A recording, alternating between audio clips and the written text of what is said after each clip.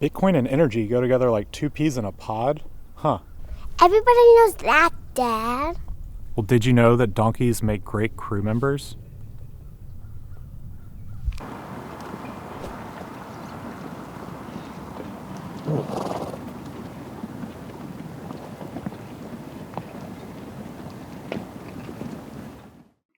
We're back. What the funk? And we've got the doctors in the house. You know, I had something show up on my arm recently, but I don't think that's something you guys can help me with. If I wanted to talk about climate, sustainability, ESG, you guys are probably more my guys as it relates to those things. So without further ado, Karthik Balakrishnan wanted to thank you for coming back. You were recently on an episode here with David Stewart of Greenfield Environmental Services.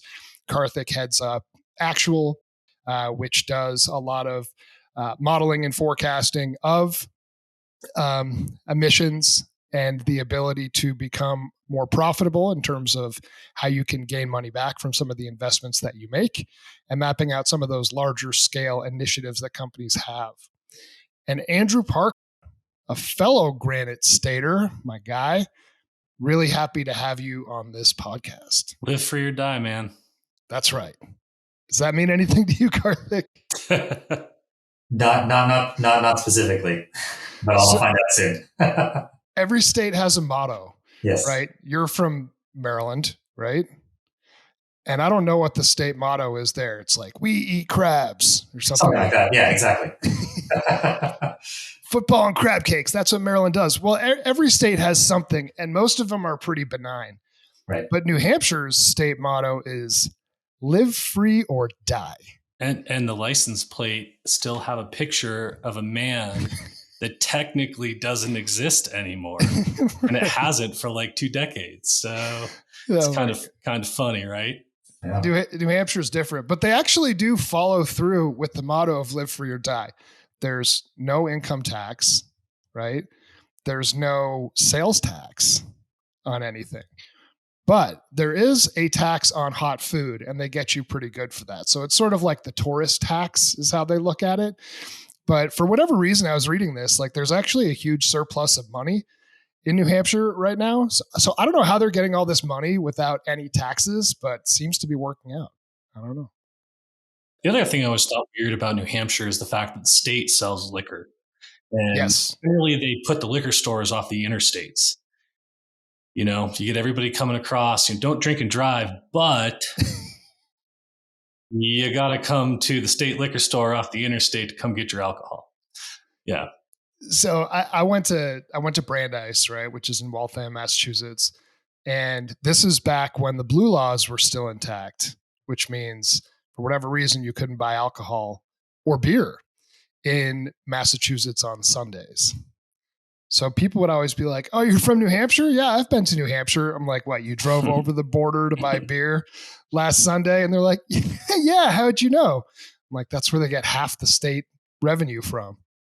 But eventually Massachusetts did away with that. And New Hampshire was all concerned. How are we going to survive? They found a way. Yeah, everyone.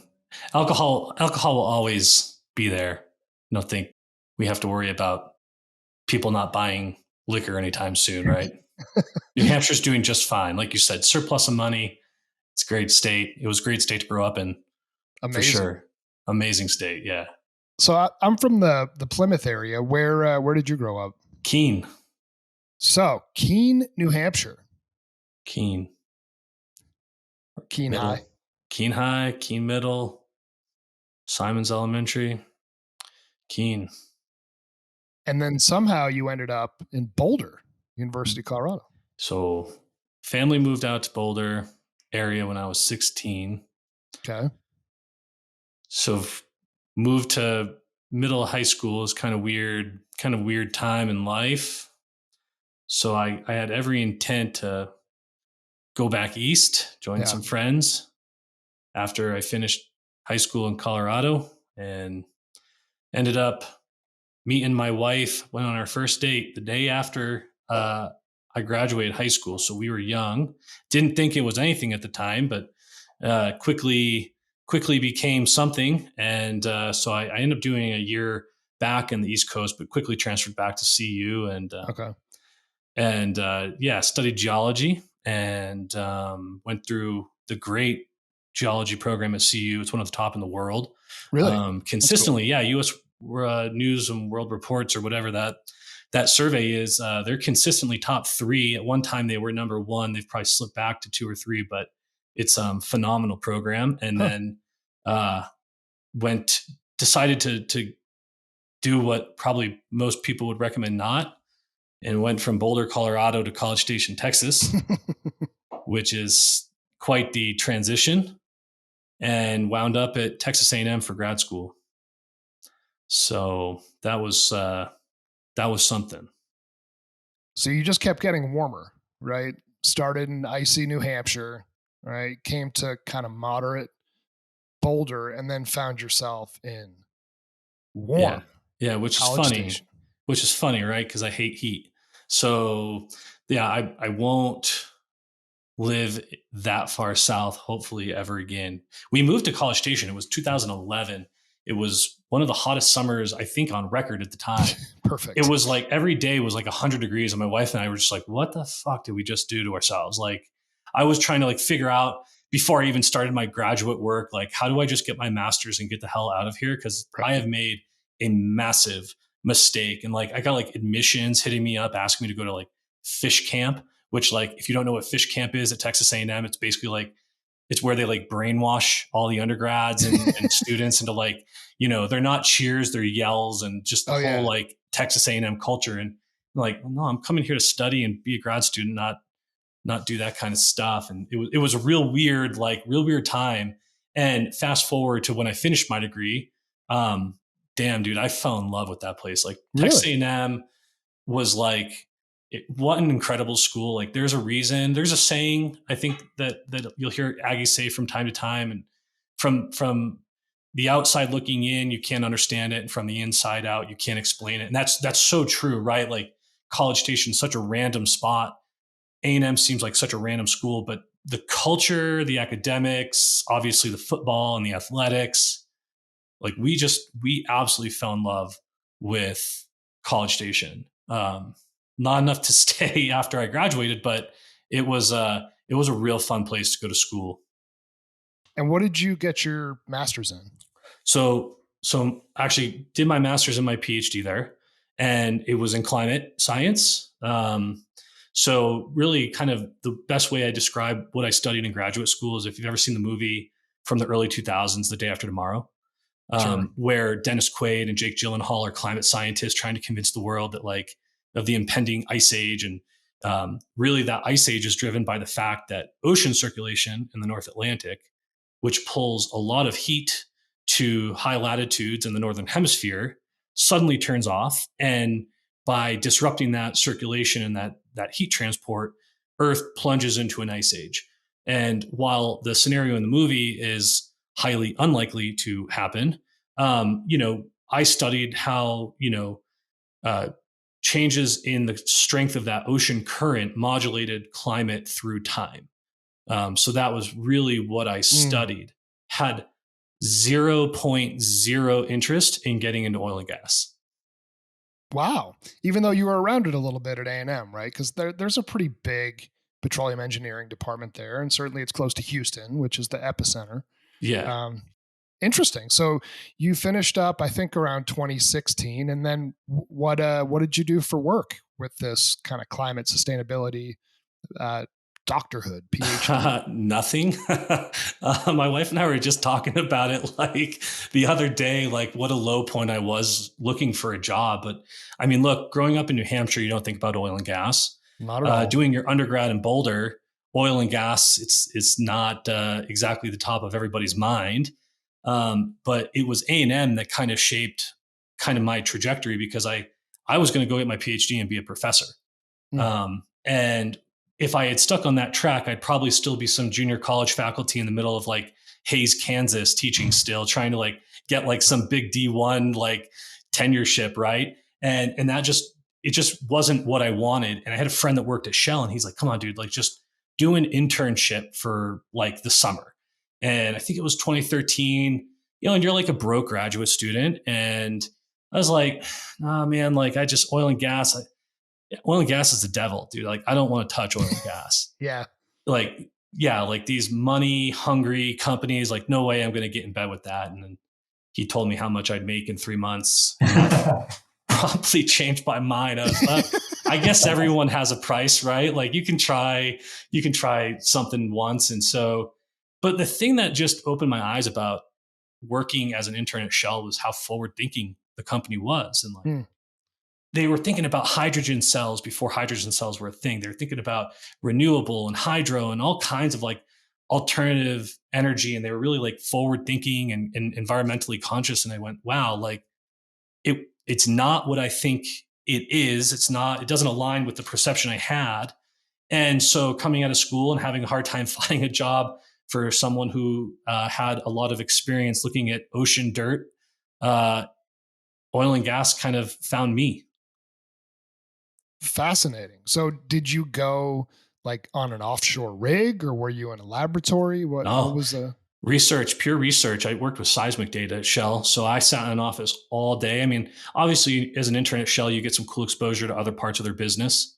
But mostly, it was kind of tangent what I was doing to my doctoral research. I was working on some stuff with the West African monsoon and some cores off the coast of Nigeria that Shell had, that they had an interest in me building an age model for, and I had an interest in kind of studying for the climate aspect. So it was just really cool how they were supportive and forward thinking, and it just changed my whole mind, right? And so I found a job with a small lab company eventually, and it's kind of worked my way up the ladder to where I am today with SPL.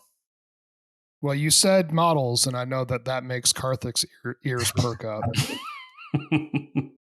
It does. It's everything starts with a model. Models are always wrong, but they kind of tell you kind of where to start searching. I think everything starts with a good, bad model, the way I look at things. No doubt. So when did you move back to Colorado? Right after graduated. So we came back to Colorado in 2016, 2015, I forget. And just started working. Pretty much working my way up the food chain here. And that's love the Colorado way of life. So it's kind of hard to leave once you get a taste of it. It's kind of hard to leave, right, man? I agree. I really like it here too. And SPL is a fascinating company to me. So of course my podcast, so this is always all about me. Everybody knows that. But just kidding. SPL. So when I first kind of had this concept of going out on my own and starting Funk Futures and doing some fractional sales, marketing, business development work for companies, one of the first ones that hit my radar was someone's like, you should talk to these guys at SPL. I'm like, oh, I've never heard of them. Must just be some little company, down in Houston. And I started to learn more about the organization, and truly SPL is like the biggest company in oil and gas that nobody knows about. Or at least I didn't know about. But what do you think about that statement? The biggest company in oil and gas that very few know about. That is, I think, our new marketing slogan for the year, because that's a lot of the conversation we have here, internally, is how do, we've kind of built this niche for a long period of time. So for probably, we've been around 75 years and primarily focused on oil and gas measurement and labs. That's really the legacy of our company. In the last 5-10 years, we've transformed into so much more through acquisitions and organic, organic growth as well. And we have these conversations of like, how do we get our customers to know that, yeah, we can do this, but we can also do, 10 other things along with it, and just getting more people and more exposure, because we are a large company. We're almost 600 people now. We've got offices in every major oil producing region of the United States. We're about to open in Pittsburgh. Nice. We're looking at Alaska. So there's so many things that we can come and help customers with, that I think you put it perfectly. Like we are the biggest company very few people have ever heard about in the oil and gas industry. Fascinating. And I as I dug in more to the company, one of the things that, I hope I don't reveal too much here, that they were curious about was some of what I could do in terms of the connections to the production accounting landscape, because you guys take a very scientific approach to the hydrocarbon, whereas most of the production accounting and allocation companies take more of a technology or accounting centric approach to it. So you guys actually felt like your numbers were a little more accurate than the production numbers and the allocation numbers that oil and gas companies believe to be correct, which I thought was really interesting because I just hadn't heard that slant on it before. But that made me really think about, like, okay, these guys are, like, for lack of a better term, like, nerdy. You really care about the science of the product that you're dealing with, maybe even more than some of the companies that produce them, which is fascinating to me. Yeah, you're exactly right, Jeremy. Like our everything we do is based in data. Um, and we feel very strongly. We create a ton of data, right? My laboratories run 300,000 tests a year on hydrocarbon products. So we generate massive amounts of data on the product that's coming out of the wellhead, and really want to, we value that, and we see the value in it, and we hope other people see that value as well. That applying that data and that knowledge of your product um, is useful for accuracy in everything you're doing. And so when we're looking for partnerships and we're looking for opportunities to collaborate, we try to look for people who are like-minded in that sense, that really value the data that we're producing, because we feel like it's a differentiator for our services. Mm. And to bring Karthik into the fold a little bit, I'm curious, Andrew, and I'm sure this will lead to some follow-up. How does then testing those products tie into climate and sustainability? Yeah, so good question. So a few different things, right? A lot of the work we do, in particular on the liquid side, is being used in emissions. Whether it's site-specific emissions factors or air quality, right? They're looking at air quality and what are your BTEX components and VOCs and HAPs and all of that. Um, so I think there's a lot of, if you're making a model, you're doing a process model, you're doing a facility model, and you want to know the type of product there. There's I think a lot of usefulness in taking the data to ground truth model and doing a data model validation with it. So you can see how accurate your simulations are. There's a bunch of different applications to use the data for climate and emissions reasons. And then, as a company, we've kind of embraced the fact that, I think also in our DNA is LDAR. And so we've been building out our emissions and LDAR platform, bought some OGI cameras. We've got some techs out there doing quad OA inspections with customers. We actually brought on a company, cool startup. I don't know if you saw this the other day, Aerolytics, which is Calgary, right? Yeah, an emissions data management platform out of Calgary with some real bright stars there. So Emmy and Liz are Forbes 30 under 30 in energy. Nice.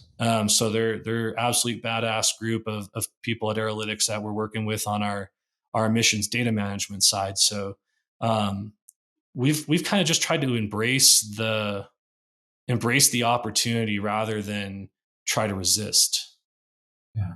How are you seeing kind of the role the data has to play in terms of sort of going from just kind of ongoing operations as some of these pressures on these producers are changing, there's changing market conditions, helping them kind of react? Is there a role for data to play there, or is it very much a kind of keeping things moving? Yeah, and I don't know if people would disagree with this, but I think one of the hard parts right now about the use of data is when it comes to emissions inventories, when it comes to assessing climate risk, and there's so many different sources of data, and there's very little data standard in which I think presents everything in an apples to apples way, so that, okay, well, that's cool. And look, there are frameworks, right? There are some frameworks for emissions inventory reporting, right? Like the EPA has some frameworks, but like, especially when we start thinking about like ESG and people are really trying to get into this, like, like climate risk disclosures and other types of, presenting other, climate related data in a certain way. There's really no standard that I think is making it difficult for people to kind of have a conversation about what the data says, because it's been constructed in various ways. Yeah, I think that's where sort of having the power of doing so many measurements like you're doing can be valuable, because you've got one set of information to look through. What are kind of the big challenges you see in sort of that data standardization? What data do you get, right? Yeah. I mean, you could, yeah. I think first, I think you have to find the like-minded individuals that see the value in the data, right? And then if you meet someone that understands the value in the data, I mean, you could spend $1 billion trying to chase all the right data points. Mm-hmm. And so I think, at least for me, in conversations I have with folks, it seems like, there's still a lot of discussion right now in the industry about what are those data points that we should be collecting. What is the advantage of additional data? How much better is it? What's the cost benefit? Is the juice really worth the squeeze when it comes to taking all these measurements and all these data points, right? And so I think that conversation is still ongoing, and people are still trying to find their way a little bit there, if that makes sense. It does. I mean, do you think today it's a question of not having enough data, or is it a question of not having the right data, or is it somewhere in between? Oh man, that's a good question. I guess for me, I would say it's probably somewhere in between. I think there's additional data that probably could be getting gathered, or companies that could be gathering more data. I'm shocked, like in the emissions world, I'm shocked at people that still just use basin-wide default numbers as their emissions factors, right? Like in North Dakota, the Bakken default is gigantic. It's huge. And I'm like, why would you not want to more accurately quantify your site-specific emissions? Because you're probably using a factor that's double or triple for your well that's now 7 or 8 years old. So I think, again, there are good players and bad players out there, and I think the answer is somewhere in the middle. For me, I think that one of the things is just the conversation we're having around energy and climate right now, in terms of getting more people to buy in, more people to value the data, more people to value the conversation in general, is how we approach the why. Like, why is it important? Because I think there's a lot of people that don't necessarily agree on the why yet. Like, what do you do with the data once you have it? Is it helping you make a decision? Yeah, or even a level above that. Like, is it worth it? Like, is there really a climate emergency? Is it real? Like, there's still a lot in the echo chamber of LinkedIn. I see so much stuff on a daily basis that CO2 is not a greenhouse gas. Yep. There are very basic climate principles that are still being questioned by certain individuals who have a very large voice and following when it comes to social media. And I think it just continues to cast that doubt in some people's mind of like, the reality is getting rid and sorry if I'm going off topic, but like getting rid of oil and gas is not a practical solution for anything, right? Like, we all know that. But there's people that say, I think, why, oil and gas is never going away. So why do we have to do this? Right? There is no climate emergency. And so I think that conversation needs to find some better voices and some agreement more within the industry to get more people to buy in and say, okay, now I understand why this data is important. And I know what data I need. Now I'm going to put a plan together, an actionable plan to go get it all. That's definitely not off topic. I'd say it's very much on topic. And this subject it's hot. And maybe it's hot for me and for all of us on this podcast because we live in this universe. Certainly Karthik with carbon emissions modeling and forecasting and reduction. And Andrew, you're in your full-blown analysis and history and current job in sustainability and climate. So the question I'd want to put out to you guys is, there's so much noise out there right now, and nobody knows what to believe, right? You talk to people on one side, the world is coming to an end, right? The oceans are rising and we're all screwed and the glacier caps are melting. What are we going to do? And then other people saying it's no big deal, right? So like, what's the truth, right? From a couple of experts here, like where are we in this whole climate emergency, need for energy transition? Like that whole question is kind of why I wanted you guys to come on. So I'm curious, like, tell me the truth. You want to go first, Karthik, or should I take it? Well, you're the climate expert, so I'll let you jump on that. And so I like to say, so there's climate change, there's global warming, there's climate emergency. Climate change is natural. Climate has and always will change. It will never be static. It will never be the same. Global warming is the human-induced element of that I like to say global warming is the warming caused directly by humans. Climate emergency is basically the catastrophist version of, the alarmist version of global warming, and that, we're all going to die. We got 10 years left. I think that if you look at the data, it's indisputable when it comes to, yes, humans are having an impact on the environment. I don't know how you argue against that. You can simply just use basic models, climate models, run it with natural forcings to try to replicate what we see today, and you can't do it. You have to have the human CO2 component in a model to basically reproduce the warming we see today. I think the question is that warming, what is that warming going to lead to, right? Like Steve Koonin, I think, has done a fantastic job of, in his book, Unsettled, talking about, like, from a very scientific perspective, I think what we know with certainty and what we don't know with certainty, right?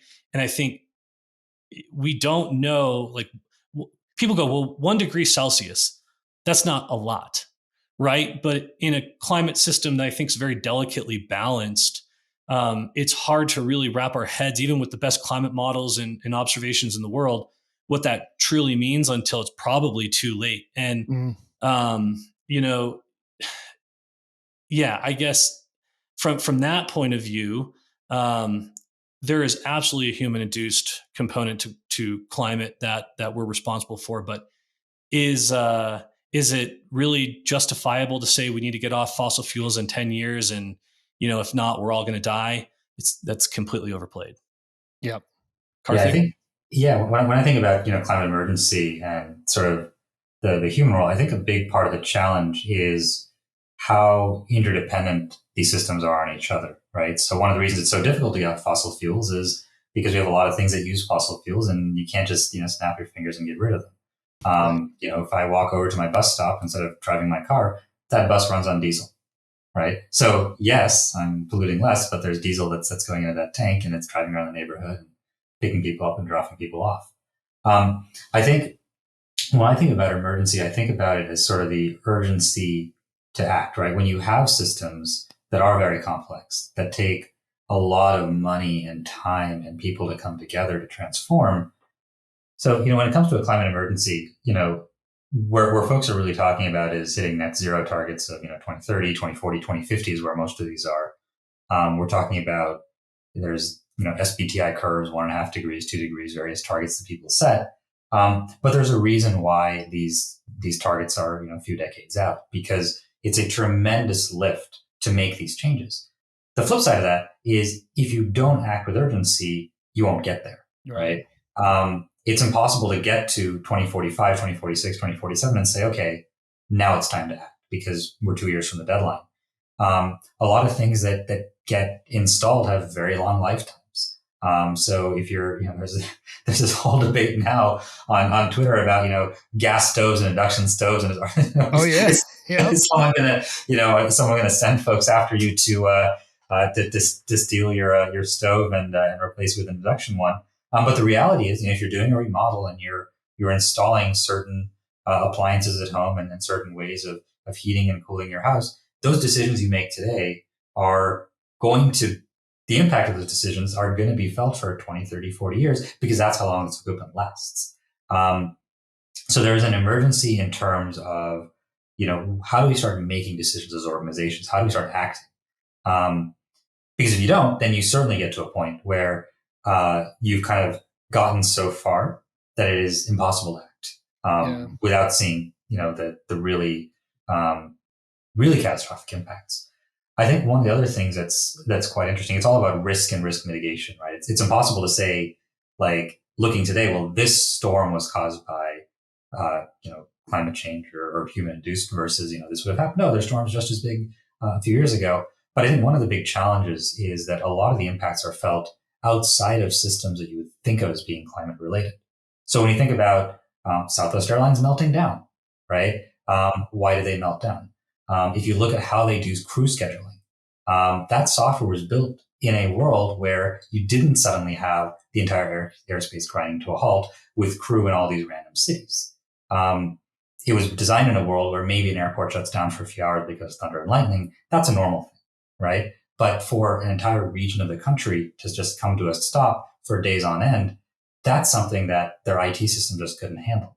And so when we talk about climate risks, there's the physical risks, but there's a lot of systems that assume that here's how we run our business. And when climate starts to kind of get in the way, Southwest IT budget really shouldn't be affected by climate change, but somehow they're now going to spend orders of magnitude $1 billion. And that's a climate adaptation cost, which doesn't show up in the climate adaptation calculus. So it turns into a risk mitigation, risk management problem, which is where the word emergency starts to come up. It's like, wait a minute, who calls something emergency? In many cases, it's the insurance companies. And they're starting to say, wait a minute, have we properly factored all this risk in? You got to start thinking about things a little bit differently. I think you make an interesting point about sense of urgency and pledges that companies are making, right? I always chuckle when I see we're going to make this pledge to be net zero by 2050 or something like that. Because the reality is the people making those pledges will not be in that boardroom when they have to be held accountable for those in 25 years, right? I think the real interesting pledges are the 2030 goals that companies are setting, right? Or like the one I'm really interested in, automobile manufacturers keep doubling down on this EV profile, right? And like GM has said, hey, we're not selling gasoline vehicles after 2025, I think. Like they're all electric by 2025 or 2026, something along those lines. And I'm really curious to see how they pull that off because again, in the ignorance of the general public when it comes to energy and renewables, if you don't like the cartel OPEC owns over setting oil and gas price and supply, what do you think China is going to do to the metals market for EV manufacturers trying to lithium and nickel and all the other metals that they need for their technologies? So I think that's going to be the 2030 goals are going to be really interesting in the next few years to see what kind of progress is made on them. Yeah, the really long-term pledges are definitely, I think, where you start to get into a lot of issues around, what ESG really is, right? When a company says we're going to be net zero by 2050 and they're not taking action today, do they deserve to have a high ESG rating because they've made a pledge? Anyone can make a pledge. It's just you put out a press release. And there's a huge gap that we're seeing between pledge and action. And I think, we're starting to see a lot of, politicization of what is ESG. And I think a lot of it comes down to the heart of, is there actually something here? Are people actually following through, or are they just saying things to win brownie points with the public? I think ESG has it's been on a very interesting evolution. It felt like ESG was embraced when everyone was kind of bored and didn't have much to do during COVID. And like, it kind of like came to the forefront of like, man, let's talk about ESG since there's not much going on in the world. And everyone is kind of taken ESG to be, everyone thinks about it in the context of the E. Right. But the S and the G really, there's climate and there's emissions and there's the environmental conversation that we have. And that's a fraction. That's a piece of ESG, right? ESG is, well, yeah, okay. Are you good stewards of the environment? Are you set up for the future? Are you good to your employees? How is your leadership motivated and incentivized, right? So I think the conversation between, climate and energy and ESG are oftentimes misconstrued in everyday vernacular. Mhm. Yeah, well, the way that we look at it is, ESG are actually very, very interlinked. We're not extracting oil to just burn it. We're using it for transportation, for generating power, for things like that. Um, there's a social need to do certain things that has an environmental cost associated with it. Mhm. And so our perspective on ESG is very much, that pledge is fine. You have to make a pledge. That's kind of your line in the sand of here's what we're going to do. But why do you exist as a business? Why is the thing you're doing need to exist? Then the environmental part comes in and says, well, there's a constraint. I've made a pledge. Here's a curve I've got to follow. Here's my constraint curve. How do I fulfill my social goal as a business in a way that constrains this curve? So if you're making automobiles, if you are an airline, if you are a telecom company, maybe the answer for your ESG is, yeah, we want to connect these rural communities, but we're not going to keep helicoptering in barrels of diesel for the generator. Maybe we'll put, solar or wind, or maybe we're in air with this geothermal, or maybe the social need is so great that we will continue helicoptering in barrels of diesel because communications for that community is really critical and it's worth that environmental cost. But there's a difference, I think, between how different people view ESG, and I think that's part of where the divisiveness we're seeing is some people think of it as a spreadsheet and accounting thing, and other people think of it as like we're actually going to do something, and they're playing in the same arena and they mean different things. Yeah, no, this is, and it's very interesting, I think, to see what ESG means to oil and gas and non-oil and gas companies. I think the feedback I get is it's a lot of greenwashing within the oil and gas community, whatever ESG is. And until our hand is forced to do something, 98% of the companies are not going to be proactive about whatever ESG means. Karthik, I know you work with a lot of companies outside of the oil and gas industry and some within. And I'm curious what you're seeing from the outside. Is there still that level of this is greenwashing and we're not sure about this for non-oil and gas companies as well? So I think what's interesting is outside of the non-oil and gas companies, there is a lot more direct exposure to the consumer. The consumer has a lot more choice in terms of what they do, in terms of the clothing they buy, in terms of the food they eat, et cetera. It's not perfect, right? I mean, people are still buying fast fashion. They're still, picking something that tastes better over something that maybe, have a lower environmental footprint. And I think that's natural, right? People are going to do those things. They're not going to have the carbon content as or the carbon emissions as the only thing that's considered when they're deciding what to eat. You want something that tastes good, and you're going to pick what you want to eat at that point. But there's a lot of pressures. There is regulatory pressure. Supply chains are very globally interlinked. So regulation in the EU flows through the supply chain and affects investments here in the US because that company has a factory that is making parts that go into an assembly that's going to be subject to some EU carbon border adjustment mechanism. And I think that the tighter you're coupled with a worldwide system, the more you have to be cognizant of this, because ESG, I think there is kind of it's an overloaded term. Different people read different things into it. But in many ways, the Inflation Reduction Act is an ESG bill in many, many ways. Because there's money for social things, there's money for environmental things, but there's things happening in the EU, there's things happening in Asia that fall in that bucket broadly, but in very specific ways. And they all interplay really differently depending on where in that supply chain you sit. Karthik, what do you think is going to drive people to embrace ESG more? Do you think it's regulation, or do you think for especially outside of oil and gas, consumer activism, right? So is it the government telling companies you have to be an ESG savvy company, or is it consumers aligning themselves with brands that embrace ESG, right? Like I stopped buying North Face and Patagonia because they hate on my industry, right? And, there's brands that I buy because they are sustainable or, more environmentally friendly, right? And I'm just curious, what do you think is going to be more powerful at advancing ESG? I actually think it's ROI.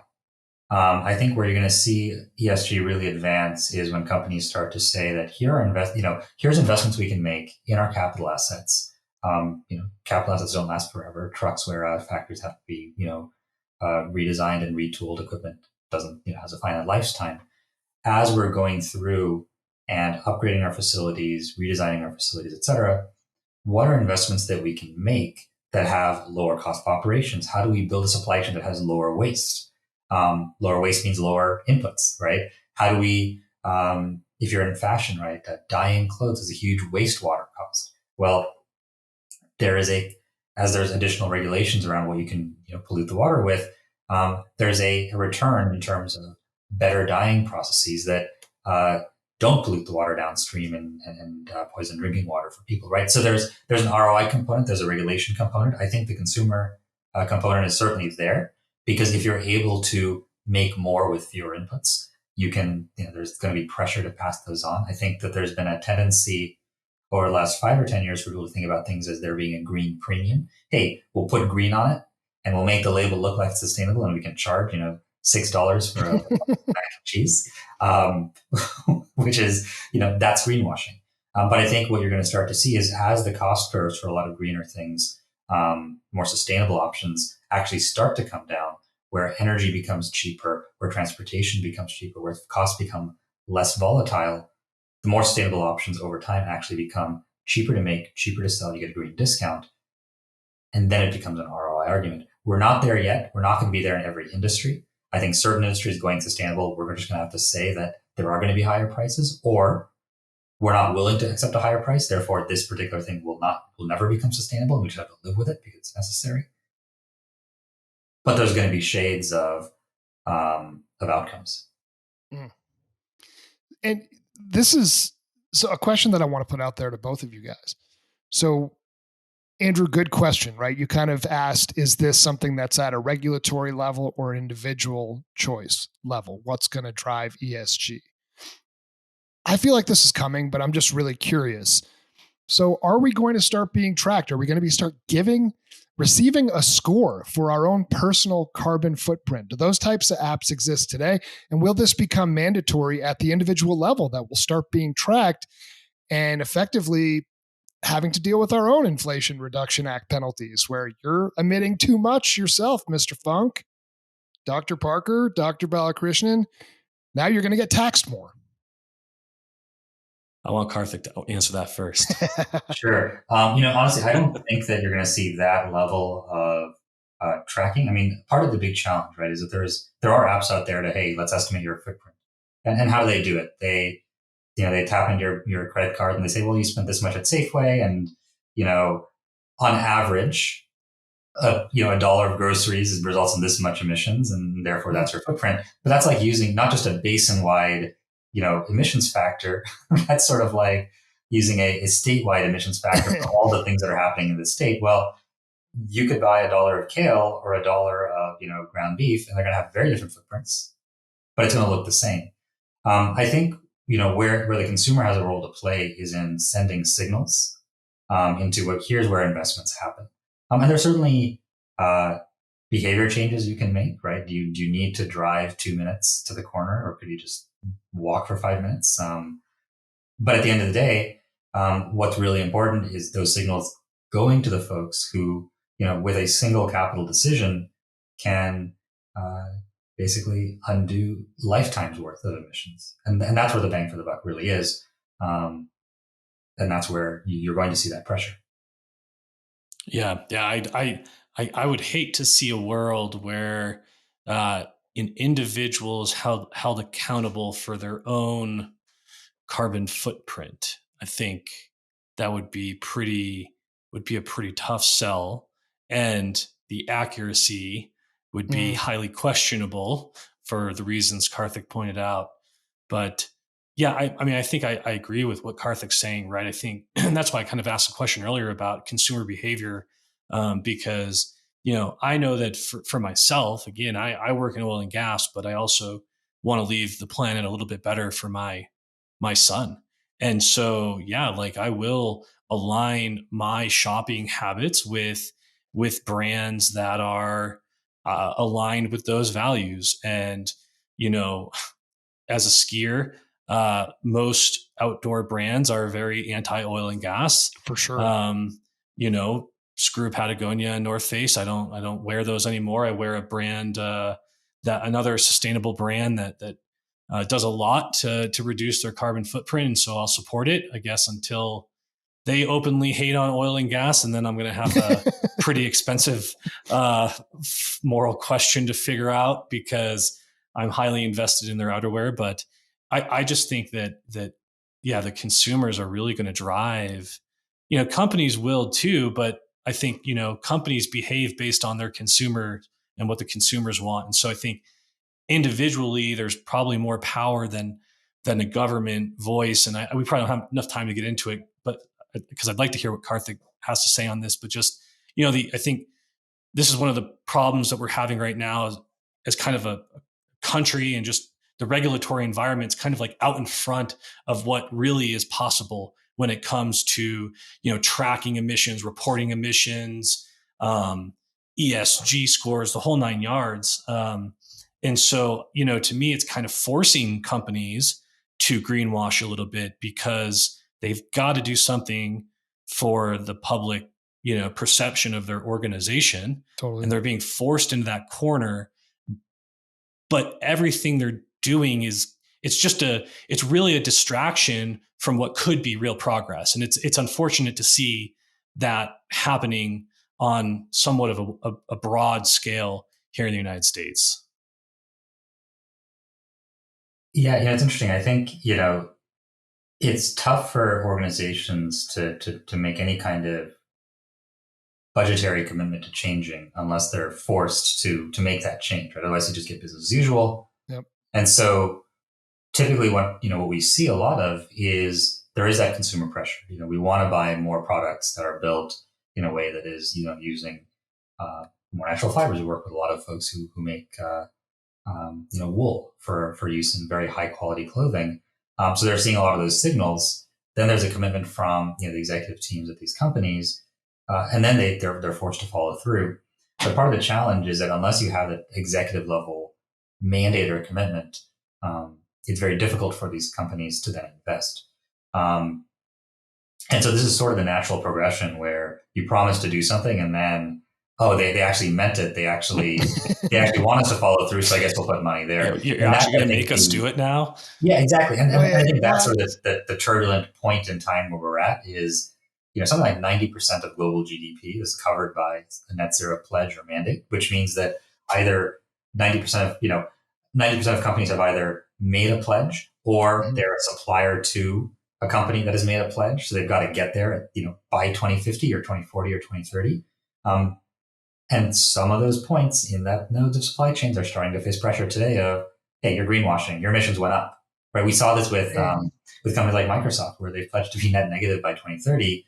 And in 2021, their emissions went up by like 13, 14%. Okay. You still got to get to net negative.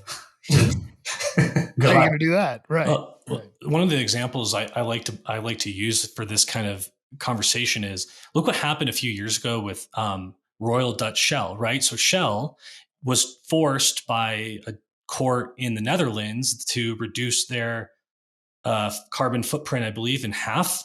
It was some crazy number for an oil major to basically, they said, you have to be this much less in your emissions by 2030. An impossible ask. Well, what happened? Well, the repercussion of that was Shell immediately turned around and put their Permian assets up for sale. Right. Right. And so what now you have is a game of emissions hot potato, where you're basically getting it off the books, but you're not really getting it out of the atmosphere. So Shell's going to look like, oh, hey, look, yeah, we made a big emissions reduction year over year. It's awesome. Well, no, you know, I forget who they sold those assets to, but you know, it's the same deal with like BP in Alaska, right? They sold their Alaska asset to someone else to get those emissions off their books. And ultimately, as one of the largest oil and gas companies in the United States, they're going to operate that play probably a lot more environmentally responsibly than the next owner, right? The next operator. Sure. And so, now you have this game of like nothing was accomplished. There was no net reduction in emissions. You're just forcing them to play emissions hot potato with their asset. And it's a shame. Yeah. And I think that's where, there is an undercurrent of necessity with ESG, but there is some well-deserved scrutiny. I think it's these kind of sort of accounting tricks, if you will, that get incentivized in order to meet an ESG target, which are driving a lot of the scrutiny and a lot of the pushback. And I think some of that's very well-deserved. And so the question is, how do you change that back into, here's what a real impact looks like? Yes. The letter of the law is different than the intent of the law. And that's the situation we're dealing with here. Fellas, this was a lot of fun. I have a feeling I'll bring both of you back to continue this conversation at some point. And final thought on the personal carbon, emissions tracking, really just Leonardo DiCaprio, right? Because if you're sitting on a yacht and flying private, you don't get to just virtue signal from there, man. That's not fair. His emissions footprint's bigger than mine, and I'm not virtue signaling. So we'll leave it there. Thank you, fellas. Thank you.